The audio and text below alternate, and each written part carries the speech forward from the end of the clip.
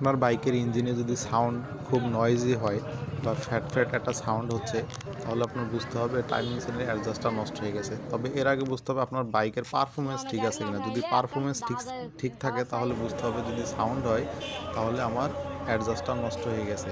আর এই অ্যাডজাস্টারগুলো হয় কি, আপনার টাইমিং চেন যখন লুজ হয় তখন অ্যাডজাস্টারের যে একটা লিমিট আছে, যে এটা স্ক্রু ড্রাইভার দিয়ে মোড়াইলে আপনার এটা যেই পর্যন্ত যায় ওই পর্যন্ত যাওয়ার পরও চেন লুজ হলে চেনটা তখন লুজ থাকে, টাইট হয় না। এই কারণে এর ওপরে একটা আপনার ঝালাই করে নাট লাগাই নেবেন, তাহলে এটা একটু হাইটটা বাড়বে।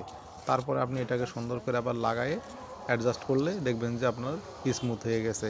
ইজি একটা ব্যাপার। এর জন্য প্রথম অবস্থায় আপনাকে এটা চেঞ্জ না করে আপনি আপাতত এটা দিয়ে আরও 1000-2000 কিলো রান করতে পারবেন। তারপরে আপনি চাইলে এটাকে আবার পরবর্তীতে চেঞ্জ করে নিতে পারবেন। তবে প্রথম অবস্থায় চেঞ্জ না করে এরকম অ্যাডজাস্টারের মাথায় একটা নাট লাগাই দিয়ে আপনি এটা ওকে। আলহামদুলিল্লাহ, একেবারে ওকে। যাক, কাজটা সার্থক হয়েছে।